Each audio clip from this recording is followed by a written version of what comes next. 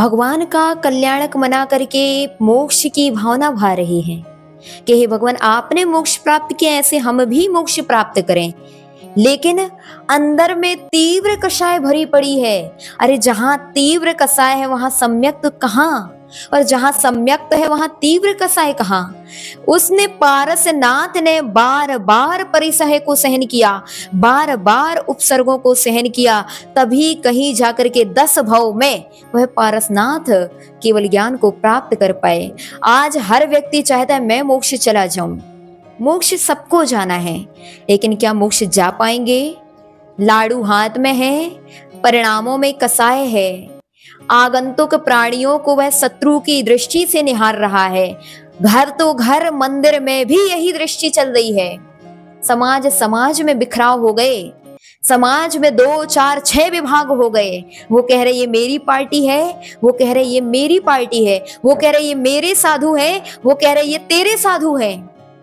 इस प्रकार के परिणाम अगर हैं तो क्या आप सच बताएं, क्या कर्मों की निर्जरा होगी?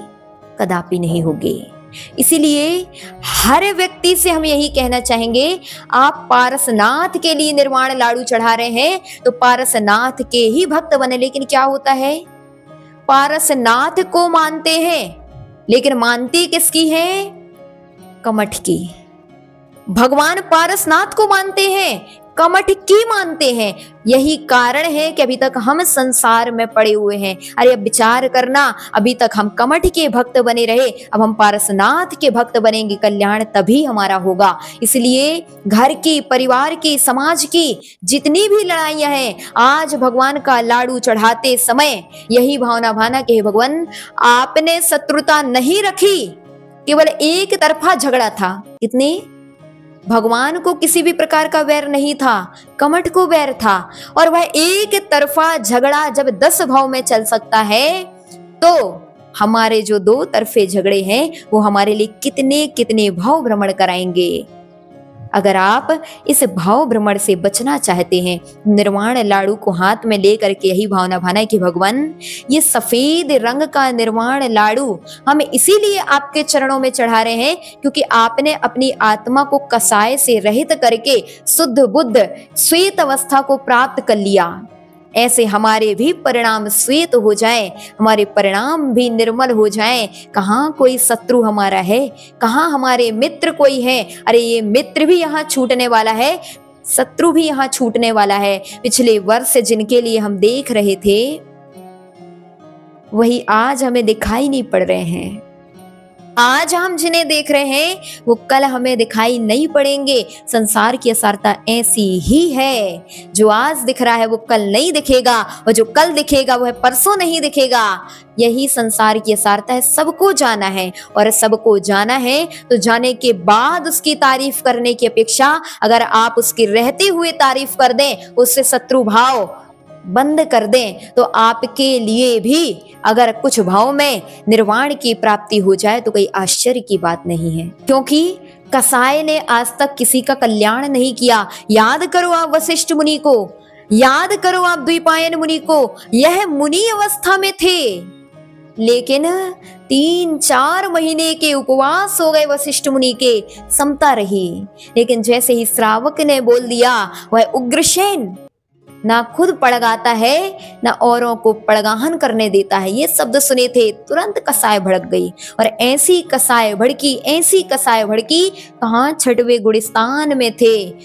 6वें से गिर करके पहले गुलिस्तान में आ गए, मिथ्यात्व में आ गए, और मरण को प्राप्त करे तो कंस बने, और कंस बन करके फिर से दुर्गति को प्राप्त हुए। किसने दुर्गति कराई? उस मुनि अवस्था ने नहीं कराई थी। मुनि अवस्था में जो कषाय की थी उसी ने उनकी क्षति कराई, उसी ने उनकी दुर्गति कराई। जब एक मुनि के लिए कषाय दुर्गति करा सकती है तो आप तो श्रावक हैं, आपका क्या होगा?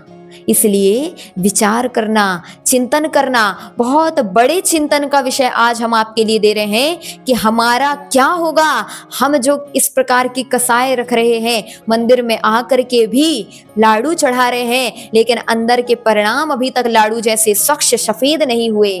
तो कोई फायदा नहीं। इसलिए चिंतन करना, विचार करना और अपने परिणाम में अब तक जो कसाय चल रही थी, जिन जिनको आप शत्रु देख रहे थे, आज लाडू चढ़ाने के उपरांत सबसे पहले उन्हीं से क्षमा याचना करना कि मैंने तुम्हें शत्रु माना, तुम मुझे शत्रु मान रहे हो, लेकिन मुझे अब तुमसे बैर नहीं रखना, क्योंकि बैर कई कई भाव में तुम्हारा मिलन कराएगा। याद है कमठ कितने भाव तक मिला? 10 भाव तक। 10 भाव तक पारसनाथ को मिलता रहा। क्यों? क्योंकि बैर था। अगर आप चाहते हैं कि आपका शत्रु आपको बार बार मिले, क्या चाहते हैं? कोई चाहेगा कि आपका शत्रु बार बार आपको मिले? नहीं चाहते। अगर नहीं चाहते हैं तो आज ही यह कसाय समाप्त कर देना। आज ही भगवान के सामने क्षमा याचना कर लेना। क्षमा करना भैया, आपकी कसाय है मुझे नहीं मालूम, लेकिन मेरे अंदर तुम्हारे प्रति बिल्कुल भी कसाय नहीं है। जब आप परिणाम निर्मल करेंगे तो उसके परिणाम भी अपने आप निर्मल हो जाएंगे और आपका यह पार्श्वनाथ मोक्ष कल्याणक मनाना सफल और सार्थक हो जाएगा।